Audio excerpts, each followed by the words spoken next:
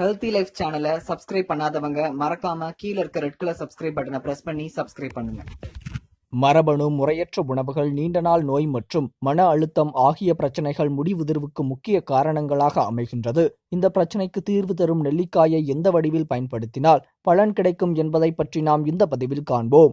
நெல்லிக்காயை கொண்டு மசாஜ் செய்து வந்தால் தலை சருமத்தில் இருந்து தேவையற்ற செதில்கள் நீங்கி முடியின் வளர்ச்சி அதிகரிக்கும். நெல்லிக்காய் பொடி, வெந்தயப்பொடி மற்றும் தேங்காய் எண்ணெய் ஆகியவற்றை நன்கு கலந்து தலையில் தடவி 15 முதல் 30 நிமிடம் கழித்து மென்மையான ஷாம்பு கொண்டு அலச வேண்டும்.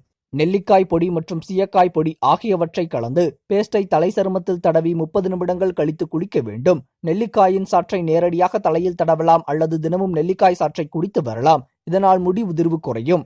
காய்ந்த நெல்லிக்காய் துண்டுகளுடன் நெல்லிக்காய் எண்ணெயை தலையில் தேய்த்து மசாஜ் செய்து வந்தால் முடி உதிர்வு குறையும். உணவில் நெல்லிக்காயை ஜூஸ் மற்றும் ஊறுகாய் போன்ற வடிவில் சாப்பிட்டு வந்தால் முடி உதிர்வை தடுக்கலாம். இந்த தகவல் உங்களுக்கு பிடிச்சிருந்தா கீழே இருக்க ரெட் கலர் சப்ஸ்கிரைப் பட்டனை பிரஸ் பண்ணி ஹெல்த்தி லைஃப் சேனலுக்கு சப்ஸ்கிரைப் பண்ணுங்க.